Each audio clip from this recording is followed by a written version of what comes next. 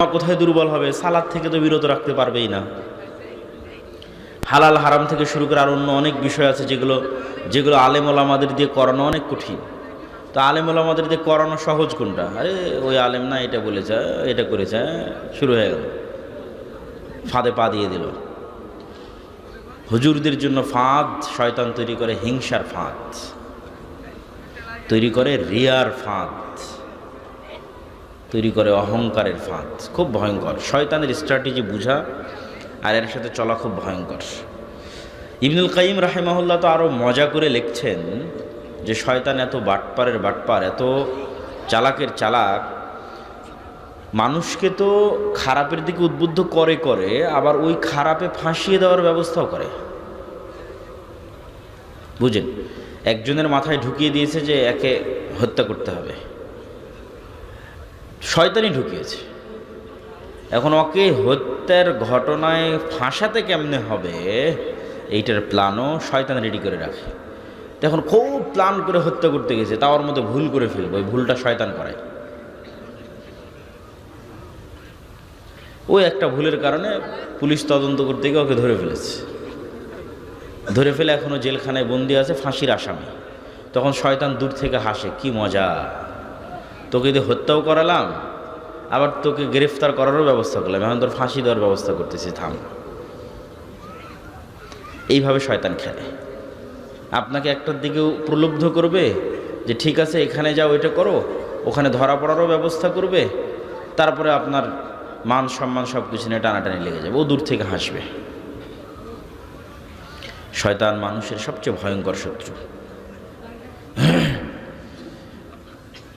যদিও এই বিষয়গুলো বিস্তারিত, শয়তানের এই বিষয়গুলো, ফেরেশতাদের বিষয়গুলো বিস্তারিত আল্লাহর পথে যাত্রা, যেটি আমার লেখা এবছরের নতুন বই, সে বই আরও চমৎকার, আরও বিস্তারিত, আরও দলিল ভিত্তিক আছে। তো আব্দুর রহিমের কথার সাথে সংযুক্ত করে এতটুকু যুক্ত করলাম। আজকে সংক্ষিপ্ত বক্তব্যের বিষয়বস্তু, যেহেতু আমরা শাবান মাসে প্রবেশ করে গেছি এবং সামনে আসতেছে রমাজান, হতে পারে শায়েখ আব্দুর রাজ্জাক বিন ইউসুফ, আমি জানি না, আসার আগে জিজ্ঞেস করতে চাচ্ছিলাম উনি আবার নফল সিয়াম সম্পর্কে আলোচনা করেন কি না, এটা আমি চিন্তা করতেছি। তারপরও আমি সংক্ষিপ্ত দু একটা কথা বলে অন্য টপিকে চলে যাব। আমরা শাবান মাসে প্রবেশ করেছি, সামনে আসছে রমজান। সিয়ামের বিষয়ে দু একটা কথা আমার চিন্তা থেকে আপনাদের শেয়ার করি।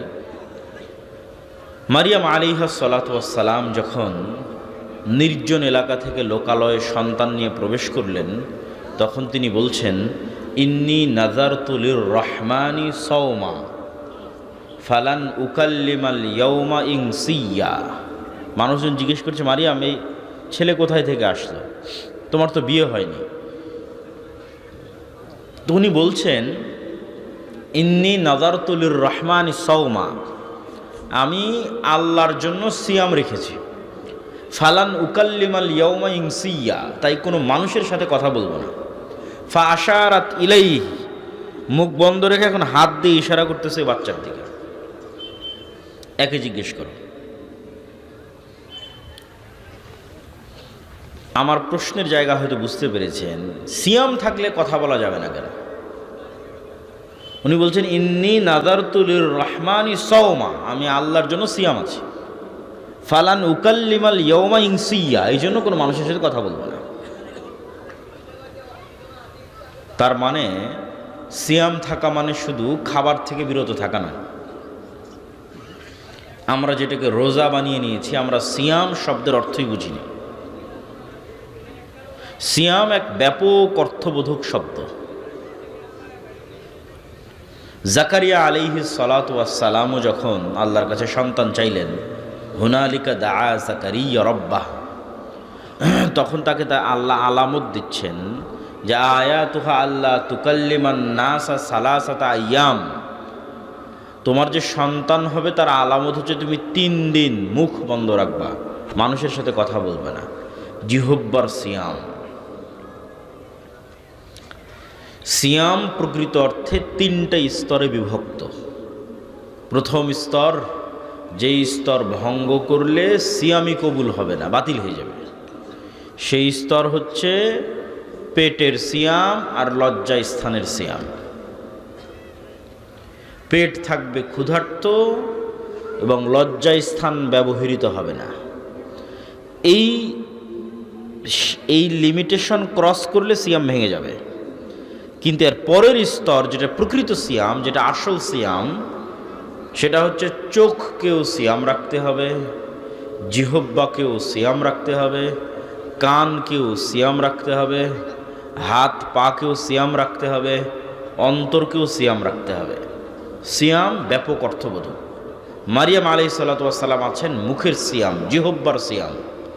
জাকারিয়া আলাইহিস সালাতু ওয়াস সালাম আছেন জিহ্বার সিয়াম, জিহ্বা বন্ধ থাকবে, কথা হবে না। কিন্তু দুঃখজনক হলো সত্য যে আমরা এমন সিয়াম পালন করি যেখানে শুধু পেট পাবে না খাবার, লজ্জা স্থান হবে না ব্যবহৃত, কিন্তু ঠিকই আমাদের জিহ্বা ব্যবহৃত হচ্ছে শয়তানের জন্য, আমাদের চোখ ব্যবহৃত হচ্ছে শয়তানের জন্য, কান ব্যবহৃত হচ্ছে শয়তানের জন্য। এটি প্রকৃত সিয়াম নয়। এই সিয়ামের অর্জনকে রাসূলুল্লাহ সাল্লাল্লাহু আলাইহি ওয়াসাল্লাম বলেছেন, এই সিয়ামের অর্জন শুধুই ক্ষুধা, শুধুই ক্ষুধা, কোনো ফজিলত নয়। মাল্লাম ইয়াদা কাওলা যুর ওয়াল আমাল বিহি ফালাইসা লিল্লাহি হাজাতুন ইয়াদা তুআমাহু ওয়া শারাবাহ। যে ব্যক্তি সিয়াম অবস্থায় মিথ্যা কথা ও কাজ পরিত্যাগ করল না, আল্লাহর কোনো প্রয়োজন নাই তার এই না খেয়ে থাকার, কোনো প্রয়োজন নাই। সর্বোচ্চ স্তরের সিয়াম পালনকারী কে? সর্বোচ্চ স্তরের সিয়াম পালনকারী হচ্ছে যার জিহ্বা ও সিয়াম আছে ঠিকই, যার চোখ সিয়াম আছে ঠিকই, যার কান সিয়াম আছে ঠিকই, কিন্তু এই জিহ্বা সিয়াম থাকার পরে ব্যস্ত আছে আল্লাহর জিকিরে। জিহ্বা সিয়াম পালন করছে কিভাবে? গীবতে নাই, অপবাদে নাই, হাসি মজাকে নাই, গালিগালাজে নাই, অপ্রয়োজনীয় কথায় নাই। এটাই জিহ্বার সিয়াম, যেটা জাকারিয়া আলাইহিস সালাতু ওয়াস সালামকে আল্লাহ বলেছেন, যেটা মারিয়াম আলাইহিস সালাতু ওয়াস সালামকে আল্লাহ বলেছেন, ইন্নী নাযারতু লির-রাহমানি সাওমা। কিন্তু জিহ্বা তো সিয়াম আছে। এমন একজন সিয়াম পালনকারী সত্যিই যার জিহ্বা সিয়াম আছে, যার জিহ্বা গীবত, অপবাদ, পরনিন্দায় ব্যবহার হচ্ছে না, কিন্তু তার এই জিহ্বা আবার ব্যবহার হচ্ছে জিকিরে। ঠিক জাকারিয়া আলাইহিস সালাতু ওয়াস সালামকে আল্লাহ যেমন বললেন যে তুমি 3 দিন চুপ থাকবা, কিন্তু এই 3 দিন তোমার কাজ হচ্ছে সকাল সন্ধ্যায় আল্লাহর জিকির করবা। তার মানে কি দাঁড়ালো? তার মানে এটিই দাঁড়ালো এই 3 দিন তোমার জিহ্বা অপ্রয়োজনীয় কথাও কাজে ব্যবহার হবে না, কিন্তু ব্যবহার হবে কার জিকিরে? আল্লাহর জিকিরে।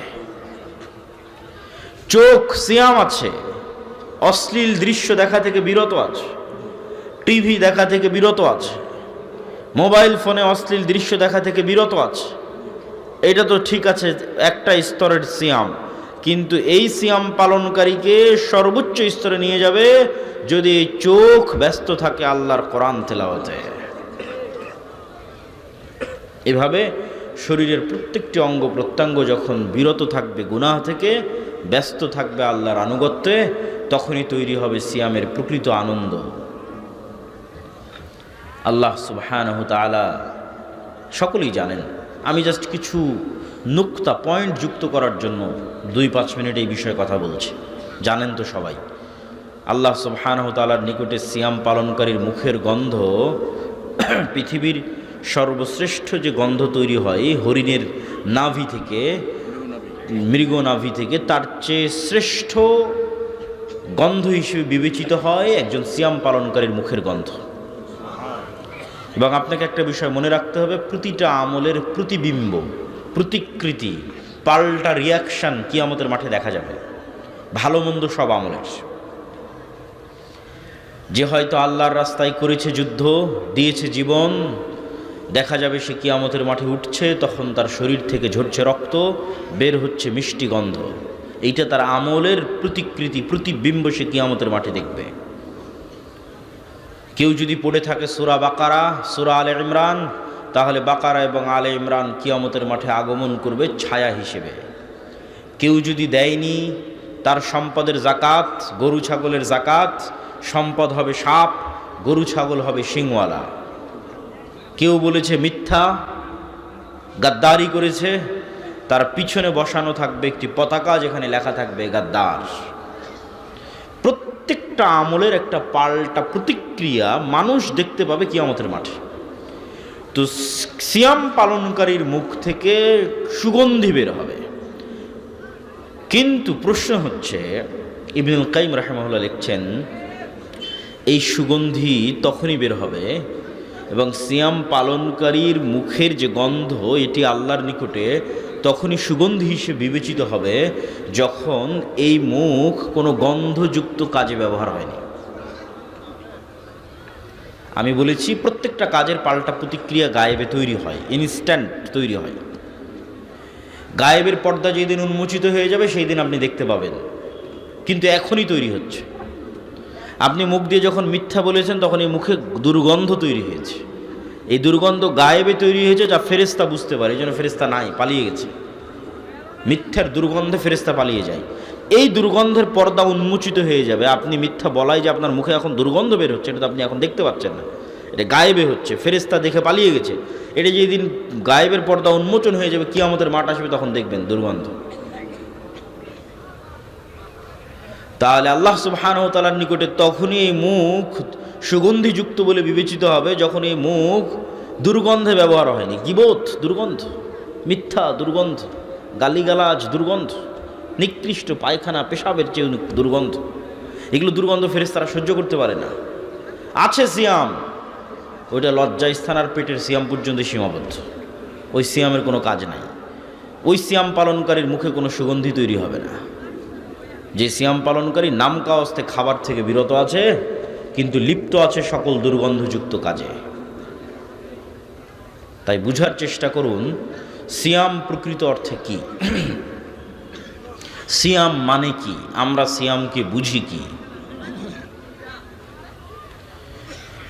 সর্বশেষে সিয়াম বিষয়ে আপনাদের উদ্দেশ্যে এটি বলতে চাই যে সিয়াম গুনাহ মাপের একটি রাস্তা, কাফফারা। আল্লাহ সুবহানাহু তাআলা মানুষের গুনাহ মাফ হওয়ার যত সিস্টেম দিয়েছেন, তা শুরু হয় টাকা দিয়ে, শেষ হয় সিয়াম দিয়ে। যে কোনো আপনি আমল উঠিয়ে দেখেন যেখানে গুনাহ হয়েছে আর দুনিয়াতে কাফফারার ব্যবস্থা করা আছে, মিলিয়ে নিতে পারেন আমার আজকের বক্তব্য শেষ করে।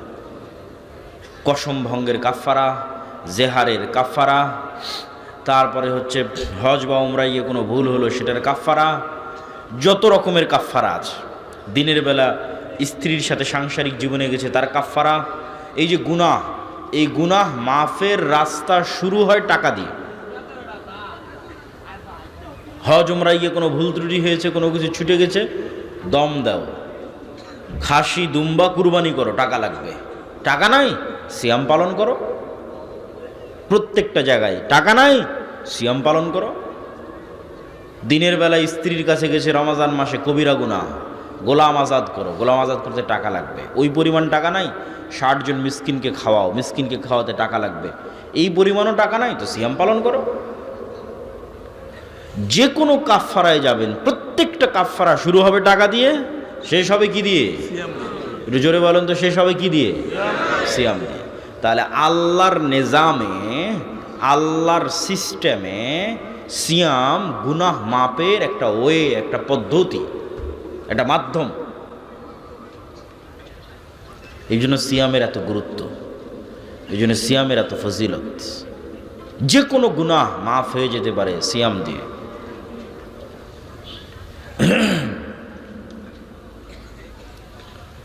প্রিয় দর্শক ও শ্রোতা, উপস্থিত মুসল্লিবৃন্দ, সকলের উদ্দেশ্যে উদাত্ত আহ্বান থাকবে, আমরা যে শাবান মাসে পৌঁছে গেছি, এই শাবান মাস যদি শায়েখ আব্দুর রাজ্জাক বিন ইউসুফ এই বিষয়ে আলোচনা করেন, বিস্তারিত শুনবেন। আমি শুধু কিছু নোক্তা, পয়েন্ট যেগুলো খুব গুরুত্বপূর্ণ এবং সূক্ষ্ম, সেগুলো আপনাদের সাথে শেয়ার করে যাচ্ছি। সকলেই জানেন যে শাবান মাসে আল্লাহ সুবহানাহু ওয়া তাআলার নিকটে 1 বছরের আমল তুলে ধরা হয়। আমি আরও একটি উপকারিতা বলে যাই, শাবান মাসে যে সিয়াম পালন করবে সে ব্যক্তি রমাজানকে অনেক গুরুত্ব মূল্যায়ন করতে পারবে। আর যে শাবান মাসে সিয়াম পালন করবে না, আর রমাজান কখন আসলো আর কখন গেল বুঝতে পারবে না। মূল্যায়ন এবং গুরুত্ব দেওয়া তো বহু দূরের কথা। আপনাকে আরও প্র্যাকটিক্যাল উদাহরণ দেই। কিছু মানুষ আছে দেখবেন, ঠিক জামাতের পূর্ব মুহূর্তে দৌড়াতে দৌড়াতে মসজিদে ঢুকলো, এক রাকাত অথবা একটা সিজদা পেয়েছে, তারপরে ইমাম সাহেব সালাম ফিরে দিয়েছে, সেও তাড়াহুড়ো করে বাকি 2-3 রাকাত পড়ে জেলখানা থেকে যেভাবে বের হয় সেভাবে মসজিদ থেকে বেরিয়ে আসলো। এই ব্যক্তি সালাতের কোনো মজা পাবে? একটু জোরে বলেন, কোনো আনন্দ পাবে? পাবে না। আর যে মেন্টালি আগে থেকে এতটা প্রিপেয়ার্ড যে আজান হওয়া মাত্রই সকল কাজ হয়ে যাবে বন্ধ, সকল কাজ বন্ধ করে দিয়ে রওনা দিবে মসজিদের উদ্দেশ্যে, মসজিদে গিয়ে আগে আদায় করবে সুন্নাত, সুন্নাতের পর পড়বে জিকির, জিকিরের পর আবার ফরজ, ফরজের পর আবার জিকির, জিকিরের পর আবার সুন্নাত, এইভাবে ধীর স্থিরভাবে সালাত শেষ করে বের হয়ে আসবে। এর মনের অবস্থাটা হবে যেন জান্নাত থেকে বের হচ্ছে। ওটাই জান্নাত। যার দুনিয়ার জান্নাতে যাওয়ার সুযোগ হয়নি, সে পরকালের জান্নাতে কিভাবে যাবে? পরকালের জান্নাতে যেতে হলে আগে দুনিয়ার জান্নাতে ঢুকতে হবে। তো দুনিয়াতে তো জান্নাত মসজিদ, জান্নাতের বাগান, সেখানে যে আনন্দের সাথে যাবে, আনন্দের সাথে বসে থাকবো, আনন্দের সাথে জান্নাতেও ঢুকবে। আমি বুঝাচ্ছি আপনাকে, আপনি শাবান মাসের সিয়াম যদি না পালন করেন, তাহলে এই দুনিয়ার কাজের ব্যস্ততায় হঠাৎ রমাজান চলে আসবে, হঠাৎ কাল রমাজান, তারপরে চোখের পলকে রমাজান বিদায় নিবে। না আদায় করতে পারলেন লাইলাতুল কদর, না আদায় করতে পারলেন এতেকাফ, না পড়তে পারলেন ঠিকমতো তারাবি। আর যে রমাজান আসতেছে তার 1 মাস পূর্ব থেকে প্রস্তুত। শাবান মাসে সিয়াম শুরু করার মাধ্যমে সে তার মেন্টাল সাইকোলজি, তার ব্রেনকে সিগন্যাল দেওয়া শুরু করেছে, আসতেছে রমাজান, আসতেছে রমাজান, রাখতে হবে সিয়াম। মেন্টালি প্রিপারেশন নিচ্ছে সে, তার মানসিকতা তৈরি হচ্ছে শাবান মাসের সিয়াম পালনের মাধ্যমে। তার কাছে রমাজান খুব চমৎকারভাবে রিসিভড হবে, মানে সে খুব চমৎকারভাবে রমাজানকে অভিবাদন জানাতে পারবে এবং হৃদয় দিয়ে, মন দিয়ে, ধীর স্থিরভাবে সে রমাজানকে মূল্যায়ন করতে পারবে এবং রমাজানকে বিদায় দিতে পারবে। এই জন্য রমাজানের আগমনে 1 মাস পূর্ব থেকেই শুরু করতে হবে সিয়াম। আর সেই সিয়াম শাবানের সিয়াম। রাসূলুল্লাহ সাল্লাল্লাহু আলাইহি ওয়াসাল্লাম কোনো মাস 30 দিন পূর্ণ সিয়াম রাখেননি রমাজান ছাড়া। তবে রমাজানের পরে সবচেয়ে বেশি সিয়াম রেখেছেন শাবান মাসে। আল্লাহ সুবহানাহু ওয়া তাআলা আমাদের সকলকে নফল সিয়াম পালন করার তৌফিক দান করুক বলে আল্লাহুম্মা আমিন। এবং রমাজান আসার পূর্বেই শাবান থেকেই রমাজানের প্রস্তুতি নেওয়ার তৌফিক দান করুক আল্লাহুম্মা আমিন। আমার আজকের সংক্ষিপ্ত আলোচনার বিষয়বস্তু নির্ধারণ করতে চেয়েছিলাম নফল সিয়াম পুরো আলোচনায়, কিন্তু আমি ধারণা করছি হয়তো শেখ আব্দুর রাজ্জাক বিন ইউসুফ এই বিষয়ে কথা বলতে পারেন। এই জন্য আমি সংক্ষিপ্ত মূল গুরুত্বপূর্ণ পয়েন্টগুলো বলে অন্য আরেকটি টপিকে আপনাদের সামনে কথা বলি। যে টপিকটি, যেটি বিষয়ে এই মৌসুমে প্রায় সব জায়গাতেই কথা বলেছি, সেটি হচ্ছে মুসলিম উম্মার যে অধঃপতন, এই অধঃপতন থেকে মুক্তির উপায় কী। সামনে নির্বাচন আসতেছে, ইলেকশন আসতেছে, অনেকেই যেখানে যাবেন সেখানে মানুষ প্রশ্ন করে যে আহলে হাদিস বা সালাফি বা মুসলিম উম্মাহ, মুসলিম জাতি, তাদের করণীয় কী। প্রশ্ন যৌক্তিক, উত্তর দেওয়া কঠিন, মানুষকে বোঝানোও কঠিন, কিন্তু বোঝানো উচিত, বোঝানোর চেষ্টা করা উচিত। এখন যার বয়স 90 বছর, যদি বেঁচে থাকে কোনো মানুষ 90 বছরের বাংলাদেশে, তাহলে তাকে আপনি জিজ্ঞেস করতে পারেন যে তার জীবনে সে কয়টা নির্বাচন পার করেছে। যদি মোটামুটি পাকিস্তান আমল থেকে ধরে বাংলাদেশ আমলের বলা যায় সকল নির্বাচনে সে পার্টিসিপেট করেছে, তাহলে সে আপনাকে ভালো ফিডব্যাক দিতে পারবে যে প্রত্যেক নির্বাচনের আগে মনে করতাম এই দল জিতলে অনেক খুব ভালো হবে, তারপরে জিতার 1-2 বছর পর ওই দলকেই গালি দিত। এটি একটি চরম বাস্তব অভিজ্ঞতা। মানুষ যেহেতু শর্ট টাইমে উত্তেজিত হয় তো ব্রেন আর কাজ করে না, লং টাইমে কেউ চিন্তা করতে পারে না। কিন্তু লং টাইমের একটা সিনারি যদি আপনার সামনে থাকে, যে কোনো মুরব্বী বসে আছে তাকে জিজ্ঞেস করতে পারেন, প্রতি নির্বাচনের আগে তার মনে হয়েছে এবার অমুক দল জিতলে খুব ভালো হবে দেশের। তারপরে দেখা যাচ্ছে ওই দলকে ভোটও দিয়েছে, ভোট দেওয়ার 1-2 মাস 2 বছর পর আবার ওকেই গালি দিয়েছে। এই জিনিসটা ঘটে কেন? এটি গণতন্ত্রের একটা মজার জিনিস। সে মজাটা হচ্ছে, ছোট বাচ্চাকে আমরা যেভাবে ললিপপ দিই, চকলেট দিই, যে বাবা তুমি কাঁদতেছো, এই চকলেটটা খাও, তাহলে ও অন্য যেটা চাচ্ছিল সেটা ভুলে যাবে। হয়তো মায়ের দুধ খেতে চাচ্ছিল সেটা ভুলে যাবে, হয়তো বাইরে যেতে চাচ্ছিল সেটা ভুলে যাবে, কিছু একটা ভুলে যাবে। ওকে ভুলিয়ে রাখার জন্য ওর হাতে চকলেট ধরিয়ে দেবে। তো গণতন্ত্র মানুষের সাইকোলজি বুঝে, যারা গণতন্ত্র তৈরি করেছে তারা মানুষের সাইকোলজি বুঝে, যে মানুষের সামনে কোন মূলা ঝুলিয়ে দিলে মানুষের আবেগকে নিয়ে বারবার খেলা যাবে, বারবার মানুষের আবেগ তৈরি করা যাবে ছোট বাচ্চার মতো, আর বারবার তাকে ইউজ করা যাবে। সেই আবেগটার নাম হচ্ছে যে আপনি একটা ভোট দিতে পারবেন, এটা একটা আবেগ, যে আমি একটা ভোট দিতে পারছি। এই আবেগের মাধ্যমে আপনাকে ভুলিয়ে দেওয়া হবে গত 15 বছর কি হয়েছে, আগামী 5 বছর কি হবে। মানে দেওয়ার পরের দিন থেকেই লাথি শুরু হবে। তারপরে আবার ভাববেন, গালিগালাজ করবেন, অমুক করবেন, তমুক করবেন। আবার যখন ভোট আসবে আবার উত্তেজিত হয়ে যাবেন, আবার সেই দুঃখ কষ্টে ভুলে যাবেন, আরে ভোট তো দিতে পারছি, কি মজা, এইবার শেষ করে দেব। তা ভোট দেওয়ার পর আবার লাথি শুরু হবে। এই যে এক গেম, একটা লুপ, ঘুরে ফিরে এক জায়গাতে, ঘুরে ফিরে এক জায়গায়, ঘুরে ফিরে এক জায়গায়। এই জন্য মুসলিম উম্মাহকে চিন্তা করতে হবে লং টার্ম। যারা এগুলোতে অংশগ্রহণ করছে তাদের সাথে সরাসরি শত্রুতা, এটা আমি পছন্দ করি না। আমি পছন্দ করি যে আমরাও তো চাই রাষ্ট্রে ইসলাম প্রতিষ্ঠা হোক। তাহলে উদ্দেশ্য, টার্গেট এক, বুঝার ভুল থাকতে পারে, বুঝার ভুল কম্প্রোমাইজেবল, দাওয়াত দিতে হবে, বুঝাতে থাকতে হবে। তো আমাদের উপরও কেউ কথা এটা চাপিয়ে দিতে পারবে না যে আমরা চাই না যে রাষ্ট্রে ইসলাম প্রতিষ্ঠা করতে হবে। আমরাও চাই রাষ্ট্রে ইসলাম প্রতিষ্ঠা হোক, কিন্তু আমরাও আসলে যথোপযুক্ত উপায়ে সেই লক্ষ্যে কাজ করতে পারছি না। সেই কাজ কি? আপনি নিশ্চিত থাকেন 16 কোটি মানুষের ভোটের যা ক্ষমতা, এক প্রথম আলো আর ব্র্যাকের ক্ষমতা তার চেয়ে কয়েকশো গুণ বেশি। 16 কোটি মানুষের ভোট, ব্র্যাক আর প্রথম আলোর কাছে পঙ্গপাল, তুচ্ছের মতো। পঙ্গপাল রাস্তায় বের হয়েছে, কীট পতঙ্গ, যাদেরকে পা দিয়ে পিষে দেওয়া যাবে। এই কীট পতঙ্গ হচ্ছে 16 কোটি মানুষ। আরও একটু দুর্বল ভাষা প্রয়োগ করা উচিত, কিন্তু জনসমাজে সেটা প্রয়োগ করা যায় না। তো এই 16 কোটি মানুষ তো 5ই আগস্ট 36শে জুলাইও বের হয়েছিল। কোনো দাম আছে? কোনো দাম নাই। আপনার ভোটের 4 আনা দাম নাই, চুল পরিমাণ দাম নাই। দাম ওটাই ঘটবে যেটা প্রথম আলো চাইবে, ওটাই ঘটবে যেটা ব্র্যাক চাইবে। তাহলে কাজ কি? মুসলমান যে লাফ দিয়ে উঠেই বলে জীবন দিয়ে দিব, এটাই ভুল।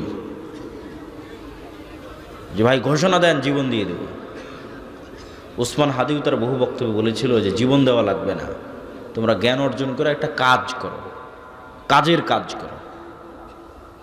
প্রথম আলোর মতো একটা প্রতিষ্ঠান তৈরি করতে জ্ঞান লাগবে, জীবন দেওয়া লাগবে না।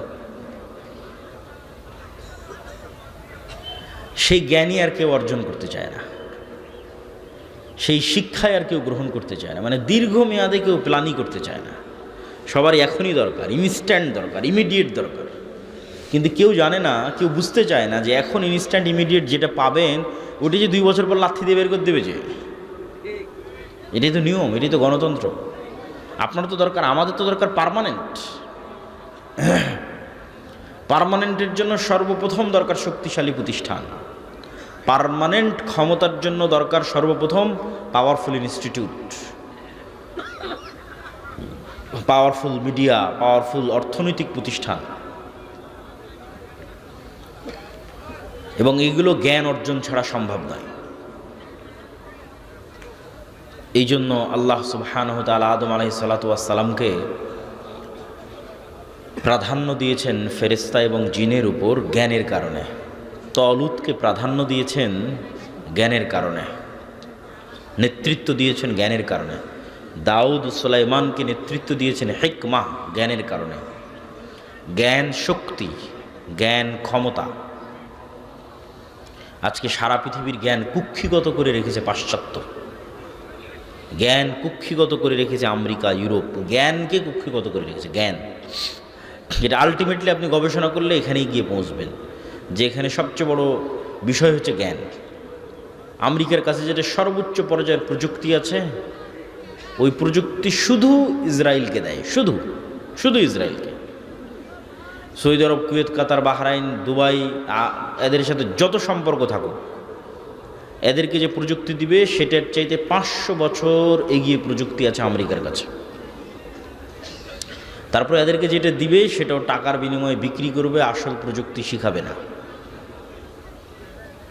কোনো কিছু নষ্ট হয়ে গেলে ঠিক করতে যেতে হবে তাদের কাছে।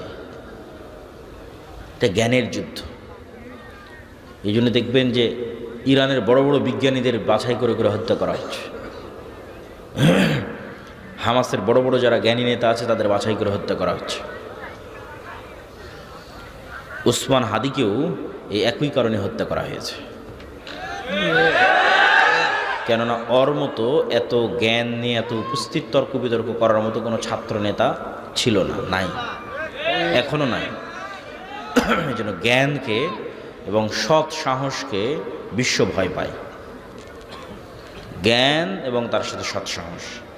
জ্ঞানী অনেক মানুষ হতে পারে, কিন্তু কত জ্ঞানী আছে বিক্রি হয়ে যায় টাকার কাছে। কত জ্ঞানী নেবেন? ব্রেইন ড্রেইন বলে একটা কথা আছে, শিক্ষিত ছেলেরা বুঝতে পারবে যে আমাদের দেশে কত মানুষ, কত মেধাবী সন্তান, যদি আমরা মেধা গুরুত্ব দিই না। আমেরিকা, ইউরোপ তারা তো মেধার মূল্যায়ন বুঝে, তারা মেধার মূল্যায়ন করে, তখন এখান থেকে মেধা চলে যায় আমেরিকায়, মেধা চলে যায় ইউরোপে, ওখানে গিয়ে সেটেল হয়ে যায়। এটাকে বলে ব্রেইন ড্রেইন, মানে মেধা পাচার, টাকা পাচারের মতো মেধা পাচার হয়ে যায়। তাহলে মেধা আছে, কত মেধাবী ছাত্র শিক্ষক নেবেন, কিন্তু বিক্রি, টাকার কাছে বিক্রি। কিন্তু মেধার পরেও থাকবে সৎসাহস, এটি ব্যতিক্রম। সৎ সাহস নিয়ে টাকার কাছে বিক্রি না হয়ে সেই মেধাকে কাজে লাগিয়ে দেশ ও জাতির জন্য কিছু করবে, এটা খুবই ব্যতিক্রম। এটা তেমন একটা ঘটে না। এই জন্য আমার সব বক্তব্যে বলেছি যে সর্বপ্রথম লাগবে জ্ঞান এবং শিক্ষা, তারপরে লাগবে সৎ সাহস, সততা, আমানতদারিতা, ন্যায় পরায়ণতা। সব বক্তব্যে বলা আছে যে আজকের মুসলমানদের সবচেয়ে বড় সংকট হচ্ছে, মুসলমানেরা যেহেতু দীর্ঘদিন ব্রিটিশদের গোলাম ছিল, সেহেতু তারা বানু ইসরাইল হয়ে গেছে। তারা মিথ্যা, দুর্নীতি, ধোঁকা এগুলোর সাথে যুক্ত হয়ে গেছে। ফলত তাদের মধ্যে নেতৃত্বের ক্রাইটেরিয়া নাই, নেতৃত্বের গুণ নাই। মুহাম্মদ সাল্লাল্লাহু আলাইহি ওয়াসাল্লাম যেই মানদণ্ডে ছিলেন তার ধারে কাছে আমরা নাই। মুহাম্মদ সাল্লাল্লাহু আলাইহি ওয়াসাল্লামের সাহাবীরা যেই মানদণ্ডে ছিলেন তার ধারে কাছে আমরা নাই। আপনি মুহাম্মদ সাল্লাল্লাহু আলাইহি ওয়াসাল্লামের পুরো জীবনী খুঁজে একদিন দেখাতে পারবে না যেই একদিন মুহাম্মদ সাল্লাল্লাহু আলাইহি ওয়াসাল্লাম আবু লাহাবকে, আবু জাহালকে, আবু সুফিয়ানকে মুখের ভাষা খারাপ করে ব্যক্তিগত আক্রমণ করেছে, কটূক্তি করেছে। একটা দিন সমগ্র ইতিহাস থেকে উঠিয়ে যাচাই বাছাই করে মুহাম্মদ সাল্লাল্লাহু আলাইহি ওয়াসাল্লামের শত্রুরাও লিখবে না এই কথা। কেন? এটা বাস্তবে ঘটেনি। এটা যদি বাস্তবে ঘটতো, যেমনটা আমরা করি, আমরা আলেম ওলামারা করি, যে যার সাথে হয়তো আমি পারতেছি না, তা তখন ব্যক্তিগত আক্রমণ করলাম, আরে ওই তো খাটো, ওই তো বাঠু, ওই তো কানা, এগুলো ব্যক্তিগত আক্রমণ। আরে তোর বই পর্দা করে না, আরে ওর ছেলে এরকম, এগুলোকে বলে ব্যক্তিগত, মানে মানুষের মান সম্মান নিয়ে টানাটানি করা। এগুলো গোলামদের স্বভাব। তো মুহাম্মদ সাল্লাল্লাহু আলাইহি ওয়াসাল্লাম যদি একদিন এই কাজ আবু সুফিয়ানের সাথে করতেন, আপনি নিশ্চিত থাকেন আবু সুফিয়ান ইসলাম সত্য জানলেও গ্রহণ করতো না। আবু সুফিয়ান ইসলামকে সত্য জানার পরও গ্রহণ করতো না। কেন, যে আমাকে ব্যক্তিগত অ্যাটাক করেছে তখন তো আমার ইগো তৈরি হয়ে যাবে। ইগো, যে ও আমাকে ব্যক্তিগত অ্যাটাক করেছে, আমি কেন ওর কাছে নত হব। কিন্তু আবু সুফিয়ানও জানে যে মুহাম্মদ সাল্লাল্লাহু আলাইহি ওয়াসাল্লামের হৃদয় ফ্রেশ, বলেন আল্লাহু আকবার। সে নিশ্চিত জানে যে মুহাম্মদ সাল্লাল্লাহু আলাইহি ওয়াসাল্লামের সাথে আমার যে লড়াইটা হচ্ছে এটা শুধুমাত্র আদর্শিক লড়াই, কিন্তু তার কাল্ব, তার হৃদয় আমার জন্য হিতাকাঙ্ক্ষী, কল্যাণকামী। এটা আবু সুফিয়ান জানে। এই জন্য এটা 1 সেকেন্ডের ব্যাপার যে আবু সুফিয়ান মুহাম্মদ সাল্লাল্লাহু আলাইহি ওয়াসাল্লামের হাতে হাত রেখে বলবে যে আপনার কাছে ইসলাম গ্রহণ করলাম, এটা করতে আবু সুফিয়ানের বাঁধবে না। কেন, মুহাম্মদ সাল্লাল্লাহু আলাইহি ওয়াসাল্লাম ওই ধরনের নেতা নন, ওই ধরনের কিছু তিনি করেননি। সেই ক্রাইটেরিয়া আমরা ফুলফিল করতে পারছি কিনা? রাসূল সাল্লাল্লাহু আলাইহি ওয়াসাল্লামের ওই নেতৃত্বের ক্রাইটেরিয়া নাই মুসলমানদের মধ্যে। মুসলমানদের গোলামির স্বভাব ঢুকে যাওয়ার কারণে, দীর্ঘ 200 বছর ব্রিটিশদের গোলামি করার কারণে মুসলমানদের মানসিকতা হয়ে গেছে ন্যারো মাইন্ডেড, সংকীর্ণ, যেমনটা হয়ে গেছিলো বানু ইসরায়েলের। এরা এখন 1 টাকার জন্য শুধু মিথ্যা বলবে না, 1 টাকার জন্য আরেকজনকে হত্যাও করতে পারে। এখান থেকে নেতা তৈরি হয় না, এখান থেকে গোলাম তৈরি হয়। এই জন্য আমি আমার বক্তব্যে বলেছি, গণতন্ত্র হচ্ছে গোলাম তৈরির কারখানা। কেন গণতন্ত্র গোলাম তৈরির কারখানা? গণতন্ত্রের যে কালচার, এই পুরো কালচারটা নিম্ন লেভেল থেকে উপর লেভেল পর্যন্ত মিথ্যার ওপর দাঁড়িয়ে আছে। মিথ্যা না বললে আপনি এখানে রাজনীতি করতে পারবেন না। আপনি নিশ্চিত থাকেন নির্বাচন কমিশনে যত এমপি পদপ্রার্থী হলফনামা জমা দিয়েছে তার শতভাগই বলা উচিত, এমনি একটু ইল্লামান রাহিমা রাব্বি, এই জন্য 99% বলছি, 99% হলফনামায় মিথ্যা। ওর বাস্তব যা সম্পদ সেটা সে সেখানে দেখায়নি, সেটা সে সেখানে বলেনি। এই পুরো কালচারটা মিথ্যার উপর দাঁড়িয়ে আছে, পুরো কালচারটা। এখন আপনাকে যেহেতু ভোট নিতে হবে, আপনি আরেকজনের বিরুদ্ধে যদি না বলেন কেমনে ভোট নেবেন? আরেকজনকে যদি ব্যক্তিগত অ্যাটাক না করেন, ছোট না দেখান যে ওই ছোট, ওই নিকৃষ্ট, ওই খারাপ, কেমনে ভোট নেবেন? কিন্তু দেখেন এই বিষয়টাই যে আপনি আরেকজনকে ছোট দেখাতে চাচ্ছেন, এটাই তো মানুষকে গোলাম বানাচ্ছে, নেতা বানাচ্ছে না তো। মেন্টালিটিটা গোলাম হয়ে যাচ্ছে, তো মানসিকতা তো গোলাম হয়ে যাচ্ছে। একজন নেতা কিভাবে এরকম হতে পারে? মানে একজন নেতা কিভাবে তার দেশের জনগণের মধ্যে বিভাজন তৈরি করতে পারে? এগুলো বোঝার জন্য, আমি যে কথাগুলো বলছি এগুলো বোঝার জন্য চিন্তা শক্তি লাগবে, ঠান্ডা মাথায় বুঝতে হবে। মুহাম্মদ সাল্লাল্লাহু আলাইহি ওয়াসাল্লাম হুনাইনের যুদ্ধে অনেক গনিমতের মাল পেয়েছিলেন। এই গনিমতের মাল, হুনাইনের যুদ্ধটা হয়েছিল কিন্তু মক্কা বিজয়ের পর। মক্কার মানুষ কেবল মুসলমান হয়েছে, এরা তো এতদিন মুহাম্মদ সাল্লাল্লাহু আলাইহি ওয়াসাল্লামের বিরুদ্ধে যুদ্ধ করত। আর মক্কার মানুষ কেবল মুসলমান হয়ে মুহাম্মদ সাল্লাল্লাহু আলাইহি ওয়াসাল্লামের পক্ষে নিয়ে প্রথম যুদ্ধ করতেছে, হুনাইনের যুদ্ধ। তো এই গনিমতের মালের প্রায় সবই মুহাম্মদ সাল্লাল্লাহু আলাইহি ওয়াসাল্লাম মক্কার নবমুসলিমদের মধ্যে দিয়ে দিয়েছে। এখন যারা মুহাজির এবং আনসার, যারা মক্কা থেকে হিজরত করে আল্লাহর নবীর সাথে গেছিল মদিনায়, আর যারা মদিনায় আল্লাহর নবীর পাশে দাঁড়িয়েছিল, সবচেয়ে বেশি কষ্ট তো তারা করেছে। বদরের যুদ্ধ তারা লড়েছে, উহুদ খন্দক তারা লড়েছে, আল্লাহ নবীর কাঁধে কাঁধ রেখে আল্লাহ নবীর সকল দুঃখ কষ্ট তারা শেয়ার করেছে। আর আল্লাহর নবীকে সবচেয়ে বেশি কষ্ট দিয়েছে মক্কার মানুষ। আজ ইসলামের একটা অর্জন, হুনাইনের যুদ্ধে বিজয়, এই অর্জনের একটা বড় অংশ চলে যাচ্ছে সেই মক্কার মানুষের কাছে, আর বঞ্চিত হচ্ছে মুহাজির এবং আনসারেরা। তো ওই যে আব্দুর রহিম বলছিল না শয়তানের কথা, শয়তান তো সুযোগ পেয়ে গেছে যে এখানে তো বিভেদ তৈরি করা যায়, চমৎকার একটা সুযোগ। শয়তান তখন মুহাজির এবং আনসারদের অন্তরে দিয়ে দিল যে তোমাদের শুধু ব্যবহার করা হলো, কাজের বেলা দেওয়া হলো মক্কার মানুষকে।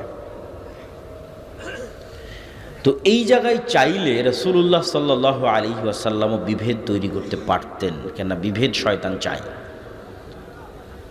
আপনাদের ভাষায় যদি বলি, বাংলাদেশের ঐতিহাসিক প্রেক্ষাপটে যদি বলি যে মুক্তিযোদ্ধা বনাম রাজাকার, এইভাবে একটা দেশের মানুষকে বিভক্ত রাখা, এটা হচ্ছে ভারতীয় রাজনৈতিক বয়ান।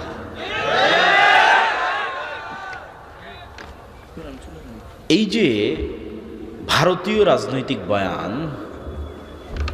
এই বয়ানটা আপনি ওই সময়ের প্রেক্ষাপটের সাথে মিলান। যে রাসূলুল্লাহ সাল্লাল্লাহু আলাইহি ওয়াসাল্লাম চাইলে ওই সময়ে যে শয়তান যে বিভেদ তৈরি করলো সেই বিভেদটা কিন্তু চলমান রাখতে পারতেন, কিন্তু তিনি সেই বিভেদটা কিভাবে চাপা দিচ্ছেন দেখেন। তিনি মদিনার মানুষকে ইমোশনালি হিট করলেন। ইমোশনাল ইন্টেলিজেন্স, ইমোশনাল কৌশলে রাসূল সাল্লাল্লাহু আলাইহি সাল্লামের চেয়ে সেরা পৃথিবীতে কেউ নাই। তিনি ইমোশনালি মদিনার মানুষকে বললেন এই কথার গুরুত্ব আছে। মুহাম্মদ সাল্লাল্লাহু আলাইহি সাল্লামের বাড়ি মক্কা, ঘর মক্কা, যৌবন মক্কা, কিশোর মক্কা, আত্মীয় স্বজন মক্কা, কষ্টও দিয়েছে মক্কার মানুষ। মুহাম্মদ সাল্লাল্লাহু আলাইহি সাল্লাম বললেন মদিনার মানুষ এখন তো মক্কা বিজয় হয়ে গেছে, চাইলে তিনি মক্কায় থাকতে পারেন, মন এটাই টানবে। মক্কা বিজয় হয়ে গেছে যেহেতু মক্কায় আমার শৈশব কৈশোর যৌবন, মন এটাই চাইবে যে আমি মক্কায় থাকি, এটাই স্বাভাবিক। মুহাম্মদ সাল্লাল্লাহু আলাইহি সাল্লাম বলেন মদিনার মানুষ, মক্কার মানুষ নিয়ে গেল সকল গনিমতের মাল, আর তোমরা নিয়ে যাবে মুহাম্মদ সাল্লাল্লাহু আলাইহি ওয়াসাল্লামকে। বলেন আল্লাহু আকবার। কোথায় হিট করেছে রাসূল সাল্লাল্লাহু আলাইহি ওয়াসাল্লাম দেখেন। মদিনার মানুষের চোখে পানি, যে এর চেয়ে বড় ভালোবাসার নিদর্শন আর কি হতে পারে যে স্বয়ং মুহাম্মদ সাল্লাল্লাহু আলাইহি ওয়াসাল্লাম আমাদের সাথে আমাদের বাড়িতে এবং ঘরে ফিরে যাবে এবং তিনি আমাদের সাথেই থাকবে, আমাদের শহরে মারা যাবে, আমাদের সাথে খাবে এবং উঠবে। এটা তো সারা পৃথিবীতে ক্রয় করা যাবে না। এই সামান্য গনিমতের মালের বা কী দাম আছে? এই যে আল্লাহর নবী তার জাতিকে বিভক্ত হতে দিলেন না, এক রাখলেন। নেতা কখনো তার জাতিকে বিভক্ত করতে পারে না, কিন্তু গণতন্ত্র শিখাই বিভক্তি। এখানে বিভক্তি তৈরি না করলে আপনি রাজনীতি করতে পারবেন না। আর যখনই আপনি বিভক্তির পথে আগাবেন তখনই আপনাকে গীবত করতে হবে, দুর্নাম করতে হবে, মিথ্যা বলতে হবে। অন্যের বিরুদ্ধে তো বহু পরে। আপনি যদি একটা নির্দিষ্ট দলেরও রাজনীতি করেন, ওই দলেরই মনোনয়ন নেওয়ার জন্য ওই দলের অন্য মনোনয়ন প্রার্থীর সাথে আপনাকে যেই অসম প্রতিযোগিতায় লড়তে হবে, সেই অসম প্রতিযোগিতায় টাকার খেলা আছে, মিথ্যার খেলা আছে, দুর্নীতির খেলা আছে। আপনি ওই টাকার, ওই মিথ্যা, ওই দুর্নীতির খেলা না খেললে আপনি নিজেই নিজের দলের মনোনয়ন পাবেন না। তাহলে আমি কি বলতে চাচ্ছি যে গণতন্ত্র টপ টু বটম পুরো কালচারটা যেই সিস্টেমের উপর দাঁড়িয়ে আছে, এই সিস্টেমটা মিথ্যার সিস্টেম, গীবত এবং পরনিন্দার সিস্টেম। আর মিথ্যা, গীবত, পরনিন্দা কার স্বভাব?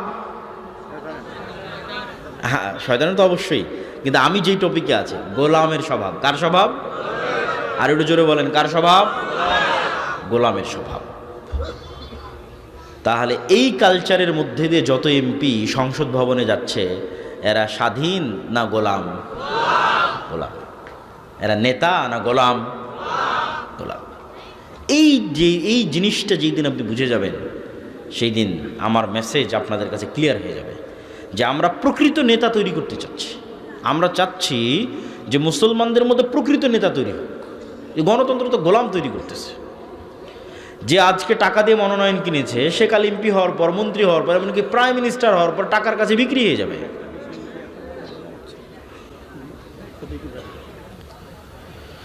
প্রিয় দর্শক ও শ্রোতা, আমাদের পরবর্তী কাজ হচ্ছে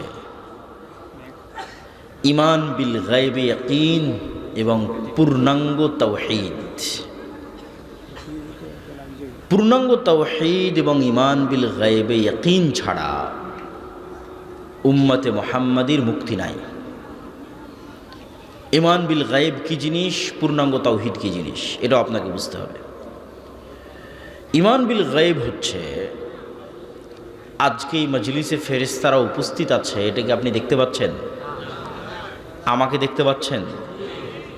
আমার প্রতি যে আপনার এখন আমাকে দেখতে পাচ্ছেন, আমি যে এখানে উপস্থিত হয়েছি, এটার প্রতি আপনার যেই লেভেলের বিশ্বাস যে হ্যাঁ আব্দুল্লাহ বিন আব্দুর রাজ্জাক উপস্থিত হয়েছে, শেখ আব্দুর রাজ্জাক বিন ইউসুফ উপস্থিত হওয়ার পর আপনার উনি যে উপস্থিত হয়েছে ওই বিশ্বাসের মাত্রাও এই লেভেলে পৌঁছবে যখন চোখে দেখবেন। ঈমান বিল গায়বে ইয়াকিন মানে এখানে যে ফেরেশতারা উপস্থিত হয়েছে, এটাকে যেই দিন আপনি এইভাবে বিশ্বাস করতে পারবেন যেমন চোখে দেখা জিনিসকে বিশ্বাস করেন, তথা আমার উপস্থিতিকে এখন যেভাবে বিশ্বাস করতেছেন, এখন আপনাদের সাথে এই মজলিসে ফেরেশতারা আছে, এটাকে যেই দিন ওই একইভাবে বিশ্বাস করতে পারবেন, সেই দিন ঈমান বিল গায়েবে ইয়াকিন অর্জন হবে। ঈমান বিল গায়েবে কেন ইয়াকিন লাগবে? দেখেন, মুসা আলাইহিস সালাতু ওয়াস সালামের চেয়ে আমরা দুর্বল নই, বানু ইসরাইলের চেয়ে উম্মতে মুহাম্মাদি দুর্বল নয়। এই তুলনাটা আপনাকে বুঝতে হবে যে মুসা আলাইহিস সালাতু ওয়াস সালাম এবং বানু ইসরাইলের সাথে উম্মতে মুহাম্মাদি এবং মুহাম্মদ সাল্লাল্লাহু আলাইহি ওয়াসাল্লামের উম্মতের বর্তমান অবস্থার তুলনা। মুসা আলাইহিস সালাতু ওয়াস সালামকে যেই দিন নবুয়তের দায়িত্ব দেওয়া হচ্ছে, ওই দিন মুসা আলাইহিস সালাতু ওয়াস সালাম মানুষের বাড়ির কাজের লোক। যেই দিন মুসা আলাইহিস সালাতু ওয়াস সালামকে নবুয়তের দায়িত্ব দেওয়া হচ্ছে, সেই দিন মুসা আলাইহিস সালাতু ওয়াস সালাম পলাতক, আসামি। যেই দিন মুসা আলাইহিস সালাতু ওয়াস সালামকে নবুয়তের দায়িত্ব দেওয়া হচ্ছে, সেই দিন মুসা আলাইহিস সালাতু ওয়াস সালামের পরিবার পরিজন, আত্মীয় স্বজন, কোনো কিছুর কোনো নাম ধাম পরিচয় কিছুই নাই। নাম ধাম পরিচয় নাই কেন? ইউযাব্বিহুনা আবনাআকুম ওয়া ইস্তাহইয়ুনা নিসাআকুম ওয়া ফী যালিকুম বালাউম মির রাব্বিকুম আযীম। কেননা ফেরাউন তাদের সন্তানদের, পুরুষ সন্তানদের জীবিত হত্যা করত এবং নারী সন্তানদের বাঁচিয়ে রাখত। তাহলে মুসা আলাইহিস সালাতু ওয়াস সালামকে তার মা পরিচয় দিতে পারবে না যে এটা আমার ছেলে, কেননা পরিচয় দিলে হত্যা করা হবে। তাহলে বাংলাদেশের কুমিল্লার ছোটনার একটা সাধারণ মানুষকে আমি আজকে বললাম, তুমি যাবা আমেরিকা, দাওয়াত দিবা ডোনাল্ড ট্রাম্পকে। এইটা যতটা ব্যতিক্রম, এর চেয়ে বেশি ব্যতিক্রম মুসা আলাইহিস সালাম দাওয়াত দিবে ফেরাউনকে।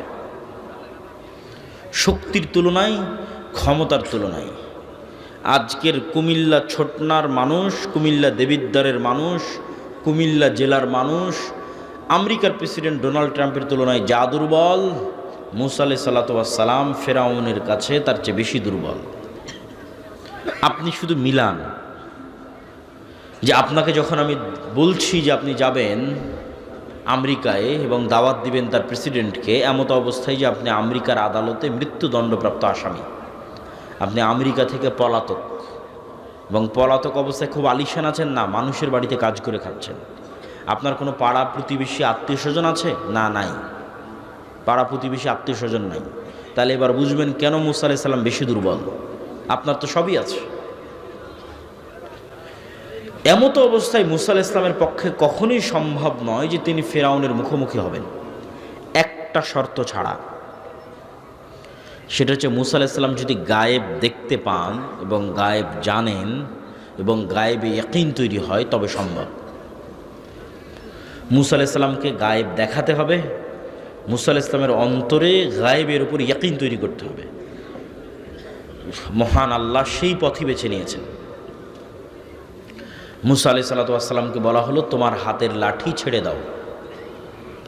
আল্লাহ এটা বললেন না যে আমি জান্নাত থেকে একটা লাঠি এনেছি, আসমান থেকে একটা লাঠি এনেছি, সেই লাঠিটা তোমাকে দিচ্ছি, এটা ছাড়লে সাপ হবে। তাহলে ওই মাত্রার বিশ্বাস তৈরি হতো না যেই মাত্রার বিশ্বাস দরকার ফেরাউনের মুখোমুখি হওয়ার জন্য। এখন এই বইটা আমি হাতে করে আছি, আজ 5 বছর 10 বছর থেকে আমি এই বই পড়ি, আমার হাতেই আছে। আমার হাতে 5-10 বছর থেকে যে লাঠি আছে, সেই লাঠি এখন সাপ হচ্ছে। আসমান জান্নাত থেকে আসা বিশেষ লাঠি তো সাপ হতেই পারে, অস্বাভাবিক কিছু না। আমি তো নিজে এই লাঠিকে গাছ থেকে ভেঙে কেটেছি, এটা তো কোনো স্পেশাল লাঠি নয়, এটা তো নর্মাল লাঠি, আমি ব্যবহার করছি 10 বছর থেকে। এটা কেমনে সাপ হতে পারে? এটাই গায়েব, যে গায়েবে আল্লাহ সুবহানাহু ওয়া তাআলার ক্ষমতা কত বেশি, এটার একটা আলামত মুসা আলাইহিস সালাতু ওয়াস সালাম দেখছেন। এবং এটাই ছিল কারণ যে জাদুকরেরা কেন সিজদা করবে। আপনি নিশ্চিত থাকেন জাদুকরদের হাতের লাঠি এবং জাদুকরদের দড়িও সাপে পরিণত হয়েছিল। জাদুকরদের হাতের লাঠি এবং দড়ি সাপে পরিণত হওয়ার পরেও মুসা আলাইহিস সালামের সাপে এমন কি ছিল যে তারা সিজদা দিল। অনেকেই মনে করে যে মুসা আলাইহিস সালামের সাপ তাদের সব সাপ খেয়ে ফেলেছে, এই জন্য। এটা একটা কারণ হতে পারে, কিন্তু আসল কারণ কোনটা সেটা আপনাকে আমি ধরিয়ে দিচ্ছি, তাহলে আপনি বুঝতে পারবেন। আজকের এই 3D প্রযুক্তির যুগে এবং ভিডিও অ্যানিমেশন 3D অ্যানিমেশনের যুগে আমি আপনার চোখের সামনে এই বইকে সাপ বানিয়ে দিতে পারবো। কিসে? স্ক্রিনে, মোবাইলের স্ক্রিনে, টিভির স্ক্রিনে, কম্পিউটারের স্ক্রিনে আমি অ্যানিমেশন করব, ডিজাইন করব, আপনার চোখের সামনে দেখবেন যে এই বইটা আস্তে আস্তে সাপ হয়ে যাচ্ছে, স্ক্রিনে দেখতে পাবেন ডিজাইনের মধ্যে।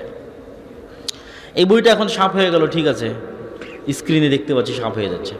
আবার যদি 3D কোনো চশমা চোখে দেন, আবার ওই সাপ যদি ছোবল মারে, তাহলে ওই চশমা চোখে দিলে মনে হবে স্ক্রিন থেকে বের হয়ে এসে আমাকে ছোবল মারতেছে, ওই প্রযুক্তিও আছে। আবার চোখ থেকে চশমা খুললে দেখবেন আরে না, সাপ তো স্ক্রিনেই আছে। তাহলে এই বইটা সাপে পরিণত হয়েছে চোখে। বাস্তবে কি? বাস্তবে নয়। আজকের বিজ্ঞানের পক্ষে সম্ভব নয় যে এটাকে সাপে পরিণত করবে বাস্তবে। কোথায় সম্ভব? চোখের ভেলকিতে, ডিজাইনে সম্ভব, 3D অ্যানিমেশনে সম্ভব। এটাও দেখানো সম্ভব যে এসে আপনাকে ছোবল মারতেছে, আপনি ভয় পাবেন, এটাও দেখানো সম্ভব। তাহলে তাদের লাঠি এবং তাদের দড়ি সাপে পরিণত হয়েছিল, এটা ছিল চোখের ভেলকি, ঠিক আজকের যুগের স্ক্রিনের, মোবাইল কম্পিউটারের স্ক্রিনের ডিজাইন, দ্যাটস ইট। আর মুসা আলাইহিস সালাতু ওয়াস সালাম এটা ছিল আস্ত। আস্ত যেই সাপ এখন মেঘনা নদীতে ঘুরে বেড়াচ্ছে, এই বইটা এখন সেই সাপে পরিণত হয়েছে। আস্ত যেই সাপ মেঘনা নদীতে ঘুরতেছে, চোখের ভেলকি না। মুসা আলাইহিস সালামের হাতের লাঠি আস্ত জ্যান্ত জীবন্ত সাপে পরিণত হয়েছিল। আর জাদুকরদের লাঠি এবং দড়ি আস্ত জ্যান্ত জীবন্ত সাপে পরিণত হয়নি। আমাদের আজকের যুগের যেমন 3D ডিজাইন, এরকম কোনো এক প্রযুক্তির মাধ্যমে, জাদুকরী কোনো প্রযুক্তির মাধ্যমে চোখের ভেলকিতে মনে হচ্ছিল যেন সাপ। আর মুসা আলাইহিস সালাতু ওয়াস সালামেরটা বাস্তবে সাপে পরিণত হয়ে গেছে, যেটা ওই কালেও অসম্ভব, এই কালেও অসম্ভব। আজকের বিজ্ঞানের এই উন্নত প্রযুক্তির যুগে অসম্ভব, আজ থেকে 5000 বছর আগে অসম্ভব। তো জাদুকরেরা তো জানে যে হ্যাঁ, চোখের ভেলকিতে সাপ হতেই পারে, বাস্তবে সাপ হয়ে গেছে এটাই তো তাদের বিশ্বাস হয় না। যখন তারা দেখছে মুসা আলাইহিস সালাতু ওয়াস সালামের লাঠি জাদুর সাপ নয়, এটা সত্যি জ্যান্ত জীবন্ত আস্ত সাপে পরিণত হয়ে গেছে, তখন তারা বুঝে গেছে যে এটা কোনো জাদুর শক্তি নয়, এটা কার শক্তি? রব্বুল আলামিনের শক্তি। এই জন্য তারা সিজদায় অবনত হয়েছে। বলছিলাম মুসা আলাইহিস সালামের অন্তরে ইয়াকিন তৈরি হয়ে গেছে যে চোখে যা দেখা যায় তাই সব কিছু নয়। চোখে দেখছি এটাকে লাঠি, এখন তো সাপ হয়ে গেল। এই একটা বিশ্বাস, ইয়াকিনের লেভেলে পৌঁছে যাওয়া, যে আমি চোখে দেখছি ফেরাউন অনেক শক্তিশালী, তার ভয়ে আমি পালিয়ে গেছি, আজ 10 বছর থেকে পলাতক আছি। কিন্তু আল্লাহ যখন তার অন্তরে ইয়াকিন তৈরি করে দিলেন, তখন মুসা আলাইহিস সালাম বুঝলো যে লা হাওলা ওয়ালা কুওয়াতা ইল্লা বিল্লাহ। আল্লাহর শক্তির সামনে ফেরাউনের শক্তি দুর্বল, জিনা। আল্লাহর শক্তির সামনে ফেরাউনের শক্তি জিরো। দুর্বল বললে ঈমান থাকবে না। এখন মিলিয়ে নেন, আল্লাহর শক্তির সামনে আমেরিকা এবং ইসরায়েলের শক্তি যদি বলেন কম, তাহলে এখনও গায়েবে ইয়াকিন তৈরি হয়নি। আল্লাহর শক্তির সামনে আমেরিকা এবং ইসরায়েলের শক্তি কি? জিরো। এটা মুখে বলা না, এটা বাস্তবে যেই দিন বিশ্বাস অর্জন করা যাবে, এটা নাম ঈমান বিল গায়বি ইয়াকিন। এইটার উপর যেই দিন মুসলমানেরা বাস্তবে বিশ্বাস অর্জন করতে পারবে, ওই দিন গোলামি থেকে মুক্তির রাস্তা শুরু। এইটার উপর বাস্তব ইয়াকিন লাগবে। ঈমান বিল গায়বি ইয়াকিনের মধ্যে আরও একটা জিনিসে ইয়াকিন জরুরি ভিত্তিতে লাগবে, সেটা হচ্ছে পরকাল, জান্নাত। এটা ছাড়া মুসলমানদের বিজয় সম্ভব নয়। আসহাবুল উখদুদের মতো ঈমান পরকালের উপর। আসহাবুল উখদুদের ঘটনা আপনাদের জানা আছে।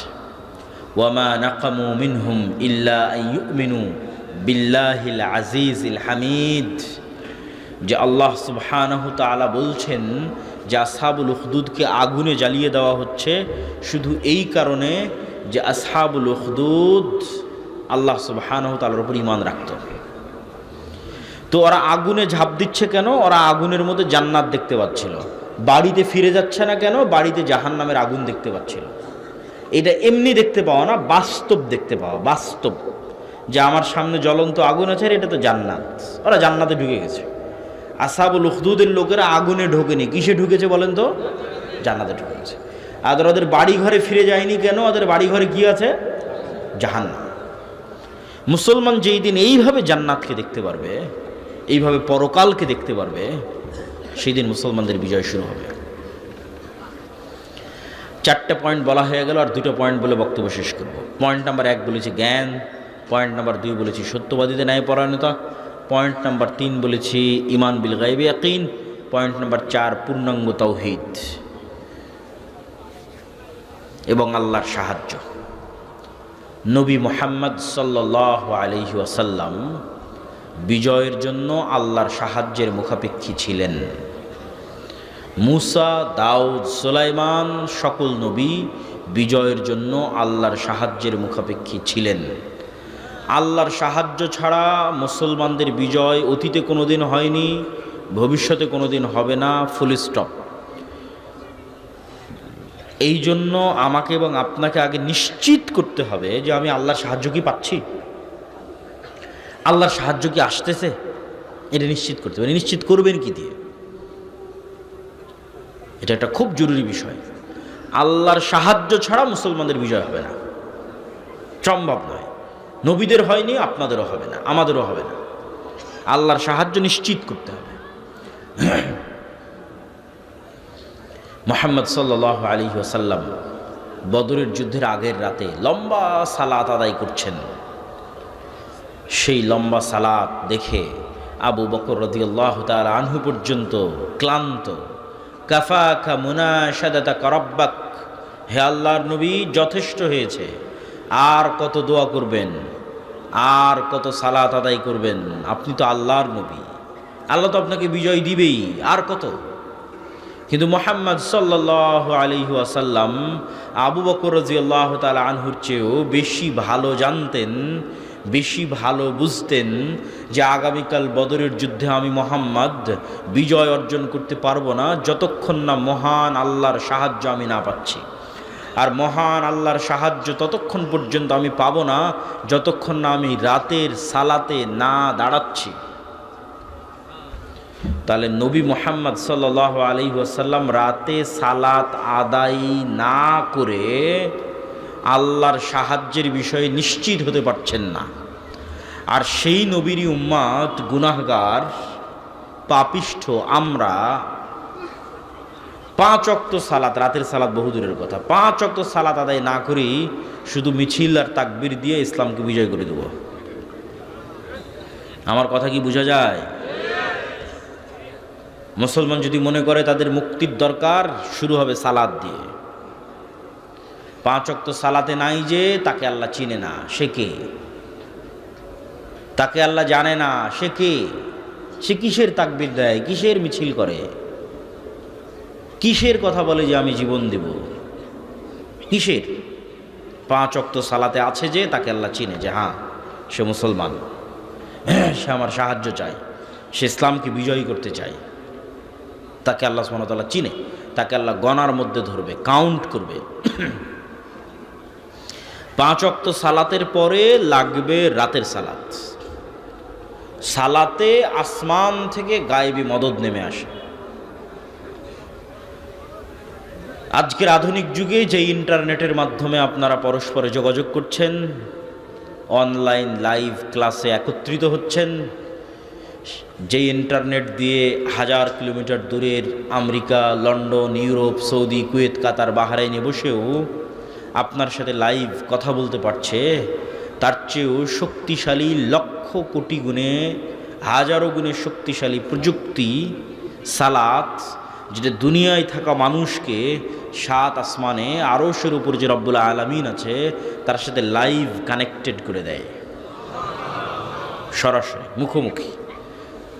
সালাতে দাঁড়ানো আর রব্বুল আলামিনের মুখোমুখি হওয়া, এটা একটা পদ্ধতি, এটা একটা ওয়ে, যেটা কাজে লাগিয়ে 7 আসমানে রব্বুল আলামিনের সাথে কানেক্টেড হওয়া যায়, লাইভ কানেক্টেড হওয়া যায়। সেম ওই পদ্ধতিতেই, ওই সময়ই ওইভাবেই দাঁড়াতে হবে, ওই অজু, ওই নিয়ত, ওই সিস্টেম, ওই পদ্ধতি। আপনাদের মোবাইলের পাসওয়ার্ড যেভাবে কাজ করে, ফিঙ্গারপ্রিন্ট যেভাবে কাজ করে, তার চেয়ে বেশি পাওয়ারফুল কাজ করবে সালাত।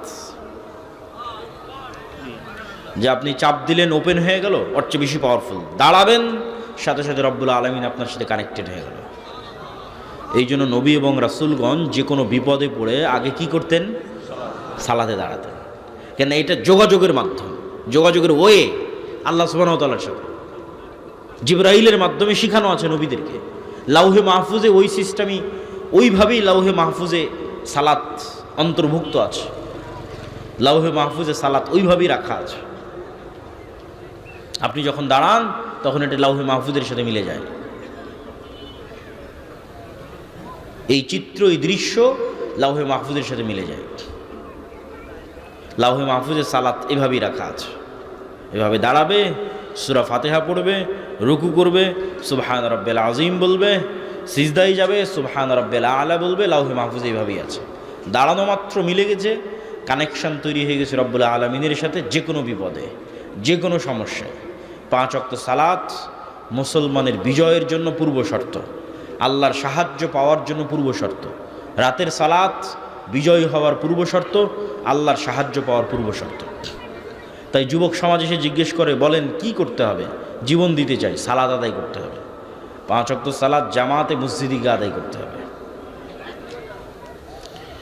আরেকটি মাধ্যমে আল্লাহ সুবহানাহু তাআলার পক্ষ থেকে, একটু যদি শাইখকে দেখতেন আসতেছে কিনা, তাহলে ওই হিসেবে আমি বক্তব্য সামনে আগাবো। আরেকটি মাধ্যমে আল্লাহ সুবহানাহু তাআলার সাহায্য পাওয়া যায়, সেটা হচ্ছে জিকির। জিকিরটা আপনাকে বোঝানোর জন্য একটু বুঝতে হবে আওয়াজ বা সাউন্ড কেন পাওয়ারফুল। আজকের আমার সব বক্তব্য ভুলে গেলেও এই একটা অংশ মনে করে নিয়ে বিদায় নিয়ে, আওয়াজ বা সাউন্ড কেন শক্তিশালী। পৃথিবীর সবচেয়ে শক্তিশালী হচ্ছে আওয়াজ, পৃথিবীর সবচেয়ে শক্তিশালী হচ্ছে সাউন্ড। আমি এখন বাংলায় কথা বলতেছি না, আমি আওয়াজ তৈরি করতেছি।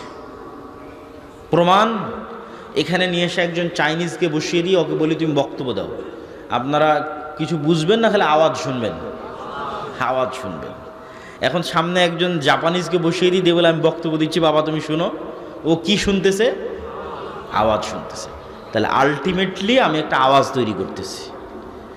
আওয়াজের ধরনে পার্থক্য হওয়ার কারণে এটা বাংলা, আওয়াজের ধরনে পার্থক্য হওয়ার কারণে এটা ইংরেজি, আওয়াজের ধরনে পার্থক্য হওয়ার কারণে এটা আরবি, কিন্তু তৈরি হচ্ছে আওয়াজ। সুলাইমান আলাইহিস সালাতু ওয়াস সালাম এই আওয়াজের প্রযুক্তি সবচেয়ে ভালো জানতেন, আল্লাহ তাকে দিয়েছিলেন। প্রিয় উপস্থিতি, আপনারা একটু এই কথাটা মনোযোগ দিয়ে শুনতে হবে।